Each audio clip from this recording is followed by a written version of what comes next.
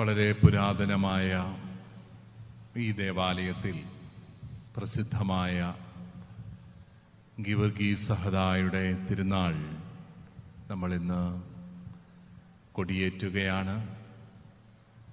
തിരുനാൾ ആഘോഷിക്കുന്ന നിങ്ങൾക്കെല്ലാവർക്കും ഈ തിരുനാളിൻ്റെ മംഗളങ്ങൾ സ്നേഹപൂർവ്വം നേരുന്നു. വിശുദ്ധൻ്റെ മധ്യസ്ഥതയാൽ നമ്മുടെ എല്ലാവരുടെയും വ്യക്തി ജീവിതത്തിലും കുടുംബങ്ങളിലും ധാരാളമായ അനുഗ്രഹങ്ങൾ നമ്മുടെ കർത്താവ് ചൊരിയട്ടെ എന്ന് പ്രത്യേകമായിട്ട് പ്രാർത്ഥിക്കുകയും ചെയ്യുന്നു. ഗീവർഗീസ് പുണ്യാളച്ചൻ പടയാളിയായ വിശുദ്ധരുടെ ഗണത്തിൽപ്പെടുന്ന ഒരാളാണ്. അദ്ദേഹം ഗ്രീക്കുകാരനായിരുന്നുവെന്ന് പറയപ്പെടുന്നു. പിന്നീട് റോമൻ പടയാളിയായി തീർന്നു. ഈശോ മിശിഹായിലുള്ള അചഞ്ചലമായ വിശ്വാസത്തെ പ്രതി ജീവിച്ചു. അന്യദേവന്മാരെ ആരാധിക്കാൻ വിമുഖത കാട്ടിയതുകൊണ്ട് ഡയോക്ലീഷ്യൻ ചക്രവർത്തിയുടെ കാലത്ത് രക്തസാക്ഷിത്വം വരിച്ചു എന്നൊക്കെയാണ് ഗീവർഗീസ് സഹദായെക്കുറിച്ച് നമ്മൾ വായിക്കുന്നത്. വിശുദ്ധനെക്കുറിച്ചുള്ള ഏറ്റവും പ്രസിദ്ധമായ ഒരു ചരിത്ര വിവരണവും അദ്ദേഹം ഒരു പ്രദേശത്തെ മുഴുവനും ഒരു വ്യാളിയിൽ നിന്ന് രക്ഷിച്ചു എന്നുള്ളതിനെ ചുറ്റിപ്പറ്റിയാണ്. അതുകൊണ്ടാണ് നമ്മളെപ്പോഴും ഗീവർഗീസ് പുണ്യാളച്ചനെ കുതിരപ്പുറത്ത് കുന്തമൊക്കെ ഏന്തി കാണുന്നത്. ധീരനായ പടയാളി, അതേസമയം തിന്മയുടെ പ്രതിരൂപമായ ആ വ്യാളിയെ ഹനിച്ച് ഒരു ജനത്തെ മുഴുവൻ രക്ഷിച്ച വ്യക്തി കൂടിയായി വിശുദ്ധനെ നമ്മൾ വണങ്ങുന്നുണ്ട്. അതുകൊണ്ട് തന്നെ ധീരതയുടെ പ്രതീകമായിട്ടാണ് വിശുദ്ധ ഗീവർഗീസ് സഹദായെ നമ്മളെല്ലാവരും കാണുക. നമ്മുടെയൊക്കെ ജീവിതത്തിലും നമ്മൾ ചിലപ്പോഴെങ്കിലും ബലഹീനരാകുമ്പോൾ ഗീവർഗീസ് പുണ്യാളച്ചനെ വിളിച്ച് പ്രാർത്ഥിക്കുന്നവരാണ് നമ്മളെല്ലാവരും. കാരണം ആ വിശുദ്ധന്റെ സ്മരണ തന്നെ നമുക്ക് വലിയ ധൈര്യം നൽകുകയാണ്. ഞാൻ പലപ്പോഴും ചിന്തിക്കാറുണ്ട്, ഈ ധൈര്യം എവിടെ നിന്നാണ് വരുന്നത്? ധൈര്യം നമുക്ക് നമ്മളെക്കുറിച്ചും മറ്റുള്ളവരെക്കുറിച്ചും ഒക്കെയുള്ള കുറെ വിശ്വാസങ്ങളിൽ നിന്നാണ് ധൈര്യം വരുന്നത്.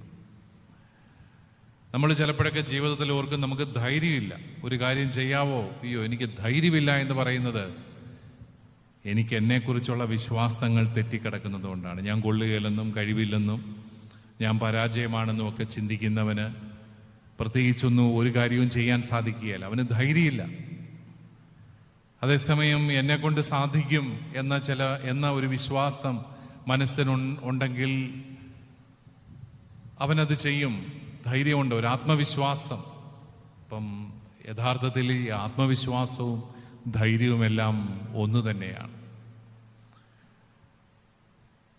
ഒരുവനെക്കുറിച്ചുള്ള മതിപ്പില്ലായ്മ അല്ലെങ്കിൽ വിശ്വാസക്കുറവ് അപകർഷതയാണെന്ന് പറയുകയാണെങ്കിൽ ഒരുവനിലുള്ള വിശ്വാസം ആത്മവിശ്വാസമാണ്. പക്ഷെ അത് അവിടെയും അവസാനിക്കുന്നില്ല. ഒരു വിശ്വാസിയെ സംബന്ധിച്ചിടത്തോളം അവന്റെ ധൈര്യത്തിന്റെ മുഴുവൻ കാരണം ദൈവത്തിലുള്ള വിശ്വാസമാണ്. ദൈവം കൂടെ നിൽക്കുന്നു എന്നുള്ള വിശ്വാസമാണ്. ദൈവം കൂടെ നിൽക്കുമ്പോൾ നമ്മളിലുണ്ടാകുന്ന ഏറ്റവും പ്രധാനപ്പെട്ട ഒരു മാറ്റം എന്താണ്? കർത്താവ് കൂടെയുണ്ടെങ്കിൽ നമ്മൾ ധൈര്യമുള്ളവരായിട്ട് മാറുകയാണ്. പിന്നെ നമുക്ക് മനുഷ്യനെ പേടിക്കേണ്ട കാര്യമില്ല, മൃഗങ്ങളെ പേടിക്കേണ്ട കാര്യമില്ല, ഒന്നിനെയും പേടിക്കേണ്ട കാര്യമില്ല. കാരണം ദൈവമാണ് കൂടെയുള്ളത്, സർവശക്തനായ ദൈവമാണ് കൂടെയുള്ളത്. അതുകൊണ്ടാണ് ഈ വിശ്വാസം ഉണ്ടെന്ന് പറയുകയും സർവ്വതിനെയും പേടിച്ചു കഴിയുകയും ചെയ്യുന്നത്. അത് ശരിയായ വിശ്വാസമല്ല.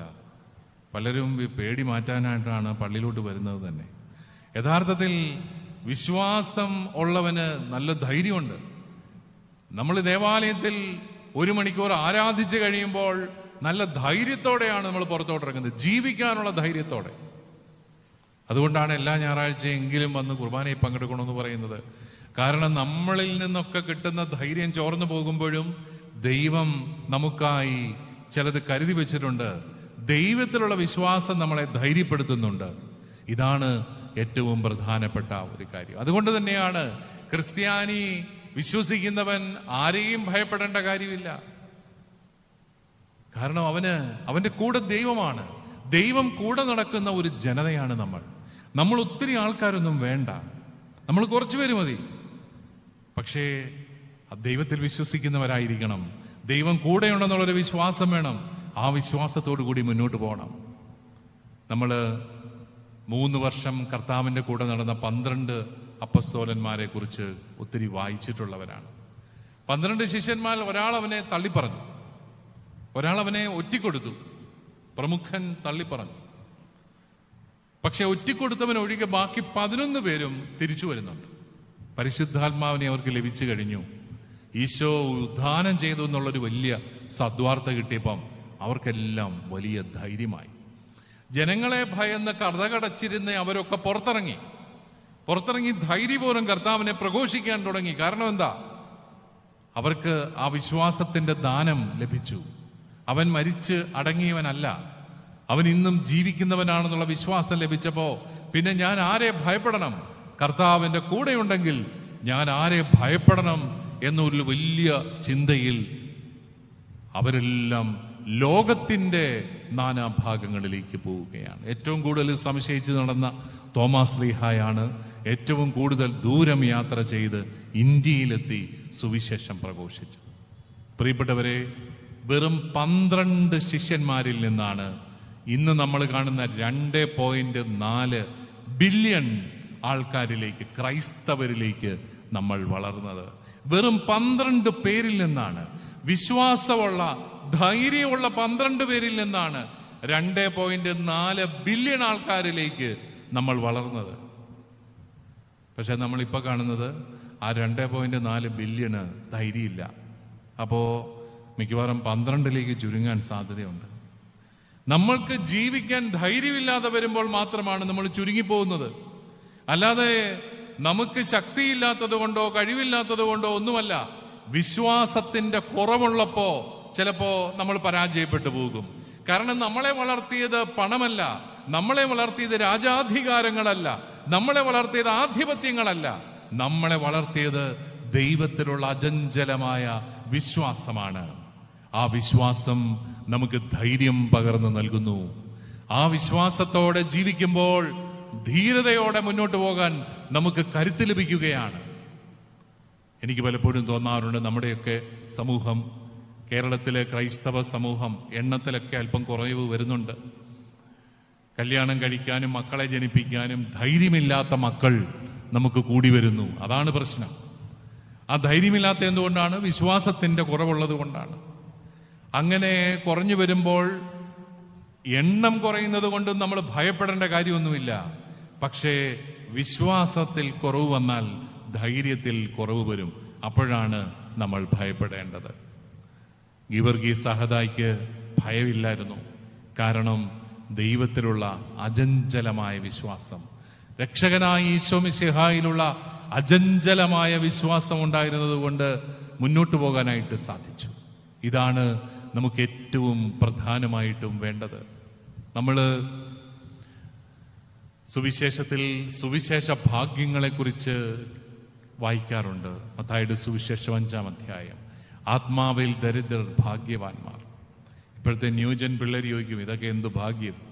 ആത്മാവിൽ ദരിദ്രർ ഭാഗ്യവാന്മാർ, ഇതുവല്ലോ ഭാഗ്യം? വിലപിക്കുന്നവർ ഭാഗ്യവാന്മാർ. അതൊക്കെ അങ്ങ് പള്ളി പറഞ്ഞാൽ മതി എന്നവർ പറയും. സമാധാനത്തെ പ്രതി, സമാധാനം സ്ഥാപിക്കാനായി കഷ്ടപ്പെടുന്നവർ ഭാഗ്യവാന്മാർ. ഇതൊക്കെ ആരോട് പറയാൻ കൊള്ളാം? ഇതൊക്കെ എങ്ങനെയാണ് ഭാഗ്യങ്ങളായിട്ട് മാറുന്നത്? ഇത് കേട്ടിടത്തോളം വലിയ ഭാഗ്യമൊന്നുമില്ല. എന്നിട്ട് അവസാനം പറയാ, നിങ്ങളെ പ്രതി, എന്റെ സുവിശേഷത്തെ പ്രതി നിങ്ങളെ ആരെങ്കിലും അപഹസിക്കുകയും ആക്ഷേപിക്കുകയും ഉപദ്രവിക്കുകയും ന്യായാധിപന്മാരുടെ മുമ്പിൽ കള്ളസാക്ഷി പറഞ്ഞ് നിർത്തുകയും ചെയ്യുമ്പോൾ ഭാഗ്യവാന്മാർ. ഇതൊക്കെ എന്ത് ഭാഗ്യം? കർത്താവ് പറയുന്ന എന്താ? നിന്റെ ജീവിതത്തിൽ ഏറ്റവും തളർത്തുന്ന അനുഭവങ്ങളിലൂടെ നീ കടന്നു പോകുമ്പോഴും നിന്റെ കൂടെ കർത്താവ് ഉണ്ടെങ്കിൽ അതൊന്നും നിനക്കൊരു പ്രശ്നമല്ല. നീ അത് ഭാഗ്യമാണ്. പ്രിയപ്പെട്ടവരെ, അങ്ങനെയാണ് നമ്മൾ എല്ലായിടത്തും വളർന്നു വന്നതും നമ്മൾ ഇന്നും നിലനിൽക്കുന്നതും. നമ്മളൊരു ചെറിയ സമൂഹമായിട്ടും നമ്മളെ ഭയപ്പെടുന്ന ശക്തികൾ ഈ ലോകത്തുണ്ടെങ്കിൽ അതിൻ്റെ കാരണം ദൈവം കൂടെ നടക്കുന്ന ഒരു ജനതയാണ് നമ്മൾ. ഈശോയെക്കുറിച്ച് കേട്ടിട്ടില്ലാത്ത ഇന്ത്യയിലെ ഗ്രാമങ്ങളിൽ പോലും നമ്മുടെ സഹോദരങ്ങൾ കർത്താവിനെ പ്രഘോഷിക്കുന്നുണ്ടെങ്കിൽ, വിദ്യാഭ്യാസ സ്ഥാപനങ്ങളിലൂടെയും ആരോഗ്യ പരിരക്ഷാ സ്ഥാപനങ്ങളിലൂടെയും കാരുണ്യ ഭവനങ്ങളിലൂടെയും കർത്താവ് ഈശോ മിശിഹായെ ശക്തമായി പ്രഘോഷിക്കുന്നുണ്ടെങ്കിൽ അതിൻ്റെ കാരണം അവരെ പിന്തുണയ്ക്കുന്ന വലിയ ഒരു ജനസഞ്ചയമല്ല, അവരുടെ ഉള്ളിൽ അവർക്ക് ധൈര്യം കൊടുക്കുന്ന ദൈവത്തിൻ്റെ ശക്തിയാണ്. അതാണ് നമുക്ക് ഒരിക്കലും കൈമോശം വരരുതാത്തത്. നമുക്കിന്ന് ജീവിക്കാൻ ധൈര്യമുള്ളവരുടെ എണ്ണം കുറയുന്നു, നിരാശപ്പെടുന്നവരുടെ എണ്ണം കുറയുന്നു, വിഷാദ രോഗം കൂടുന്നു, മുന്നോട്ടൊരു ചുവട് വയ്ക്കാൻ സാധിക്കാത്ത നമ്മുടെ ചെറുപ്പക്കാർ കുട്ടികളുടെ എണ്ണം കൂടുന്നു. ഒരു മത്സര പരീക്ഷ എഴുതാൻ പോലും ധൈര്യമില്ലാത്ത കുട്ടികളുടെ എണ്ണം കൂടുന്നു. വലിയ മിടുക്കന്മാരായിട്ട് ഒത്തിരി മാർക്ക് മേടിച്ചിട്ടും സ്വന്തം നാട്ടിൽ തന്നെ ഒരു ജോലി കണ്ടെത്താനുള്ള അല്ലെങ്കിൽ ഒരു തൊഴിൽ കണ്ടെത്താനുള്ള ധൈര്യമില്ലാത്ത നമ്മുടെ ചെറുപ്പക്കാരുടെ എണ്ണം കൂടുന്നു. ഇതൊക്കെയാണ് നമ്മൾ ഗൗരവമായിട്ട് എടുക്കേണ്ടത്. പുറമേ നിന്നുള്ള ഭീഷണികളെക്കാളും ഉള്ളിൻ്റെ ഉള്ളിൽ നിന്ന് നമുക്ക് ധൈര്യം ചോർന്നു പോകുന്നു എന്നുള്ളതാണ് ക്രൈസ്തവ സമൂഹത്തിൻ്റെ ഏറ്റവും പ്രധാനപ്പെട്ട പ്രശ്നം. ആ ധൈര്യം വീണ്ടെടുക്കാൻ പ്രത്യേകിച്ച് ഒന്നും ചെയ്യേണ്ട കാര്യമില്ല. വിശ്വസിച്ചാൽ മാത്രം മതി. അവനോട് ഐക്യപ്പെട്ട് ജീവിക്കുന്നവർക്ക് ആ ഒരു വലിയ കൃപ അവൻ നൽകുകയാണ്. മുന്തിരി ചെടിയോട് ശാഖകൾ ചേർന്നിരിക്കുന്നത് പോലെ കർത്താവിനോട് ചേർന്നിരുന്നാൽ മാത്രം മതി ആ വിശ്വാസത്തിൻ്റെ അനുഭവത്തിൽ ധീരതയോടെ മുന്നോട്ട് പോകാൻ നമുക്ക് സാധിക്കുന്നതാണ്. പ്രിയപ്പെട്ടവരെ, ജീവിതത്തിൽ ഓരോ നിമിഷവും നമുക്ക് എന്തിൻ്റെയൊക്കെ കുറവുണ്ടെങ്കിലും കുറവ് വരാതെ നോക്കേണ്ട ഒന്ന് ധൈര്യമാണ്. ആ ധൈര്യം സ്നേഹത്തിൽ നിന്നാണ് വരുന്നത്. ഈശോ മിശിഹായോടുള്ള അചഞ്ചലമായ സ്നേഹത്തിൽ നിന്ന്, നമ്മുടെ സഹോദരങ്ങളോടുള്ള സ്നേഹത്തിൽ നിന്നൊക്കെയാണ് നമുക്ക് ധൈര്യം ഉണ്ടാകുന്നത്. അതിനുള്ള കൃപയ്ക്കായിട്ട് നമുക്ക് പ്രത്യേകമായിട്ട് പ്രാർത്ഥിക്കാം. ഗീവർഗീസ് സഹദ ധീരനായി കർത്താവിന് സാക്ഷ്യം വഹിച്ചതുപോലെ വിരുദ്ധ സാഹചര്യങ്ങളിലും ധൈര്യത്തോടെ ജീവിക്കാനും നമ്മുടെ കർത്താവിന് സാക്ഷ്യം വഹിക്കാനുമെല്ലാം നമുക്ക് സാധിക്കേണ്ടതാണ്. അതിനുള്ള കൃപയ്ക്കായിട്ട് നമുക്ക് പ്രത്യേകമായിട്ട് പ്രാർത്ഥിക്കാം. ഒരിക്കൽ കൂടി നിങ്ങൾക്കെല്ലാവർക്കും ഈ തിരുനാളിൻ്റെ മംഗളങ്ങൾ നേരുന്നു. ദൈവം നിങ്ങളെയും നിങ്ങളുടെ കുടുംബങ്ങളെയും സമൃദ്ധമായി അനുഗ്രഹിക്കട്ടെ.